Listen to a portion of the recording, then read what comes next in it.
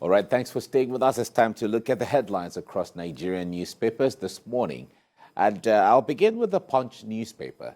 The Punch newspaper says Tinubu governors dump consensus for zoning. That's talking about the National Assembly leadership. Tinubu governors dump consensus for zoning. Governors advise Tinubu against endorsing candidates, seek due process. Work with party leadership for principal officers election, Tinubu tell governors. All right, that's what you see on the front page of the Punch newspaper.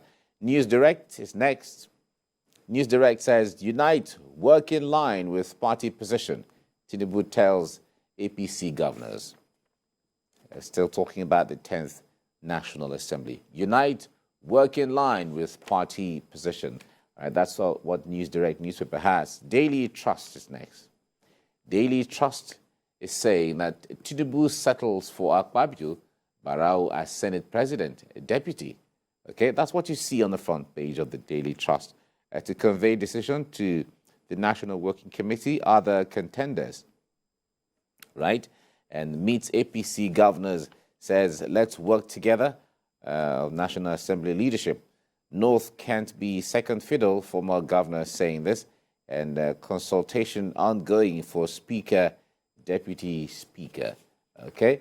All right, that's what the Daily Trust has. But if you take your mind back to the Punch, it's in the headline there contradicts what is on Daily Times. But it's, the Punch. The Punch there says Tinubu governors dump consensus for zoning, and the governors advise Tinubu against endorsing candidates, seek due process. That's what you see on the front page of the Punch. But Daily Trust is saying Tinubu settles for Akpabio Barau as Senate President Deputy.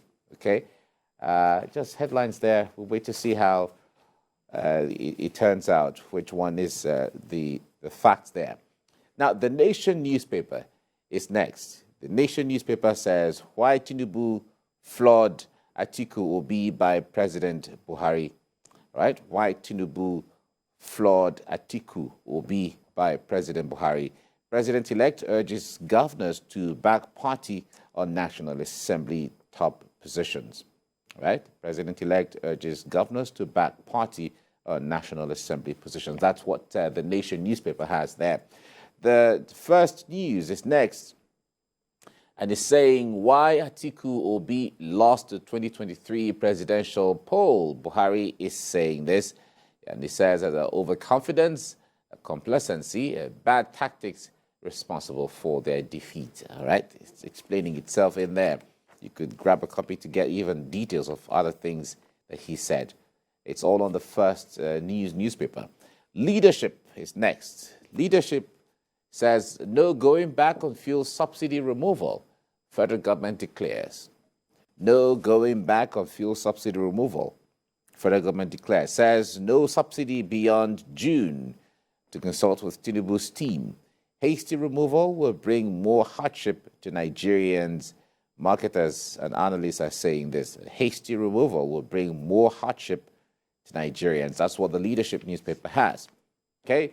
Recall that the story has been on for a few days now, that the National Executive Council, or National Economic Council rather, had decided to postpone the removal of subsidy date. Let's go to Blueprint newspaper.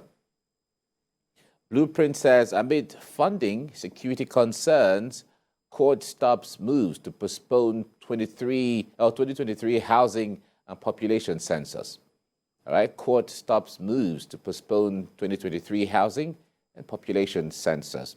All right, deploying 100 billion naira to exercise wasteful economic offense. Afenifere is saying this.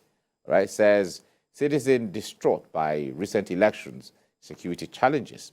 And MPC allays fears, insists that we've covered 99% of Nigeria.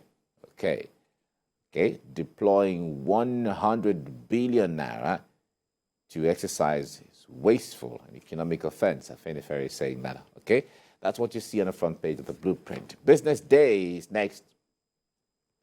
Business Day saying how political consciousness redefines artists' popularity. All right, it's talking about Falz, the rise of a protest musician. All right, how political consciousness redefines artists' popularity. You find all that on the front page of the Business Day. Now, this Nigeria is next. Drivers dump Nigerians leaving Sudan in desert, demand full payment. That's what this Nigeria has. Drivers dump Nigerians leaving Sudan in the desert, demand full payment. 588 students in first batch and over 1,500 still waiting for buses. Okay. We understand from the reports from Sudan that about 13 buses had moved and had arrived Egypt. We also understand that the issues of dumping students halfway has been resolved and Nigerians moved, and we're expecting the first batch of students from Sudan to arrive Nigeria today. The federal government has given approval to Nigeria Air Force plane as well as Air Peace and a few other airlines to go to Egypt and to bring back Nigerians. There's also a report from Ethiopia that some of the students that were blocked earlier now have somewhere they're staying, and they also will be airlifted back to Nigeria as well. Also recall that some students were rescued by the United Arab Emirates and through the Port Sudan and were being taken care of by Saudi Arabia. They also will be brought back home. All right, Nature News is the last one we're looking at now. Wando champions energy transition in transportation, takes delivery of electric buses. Okay, that's what Nature News has. Wando champions energy transition in transportation, takes delivery of electric buses. Okay, it's about time. Those are some of the stories on the front pages of Nigerian newspapers this morning.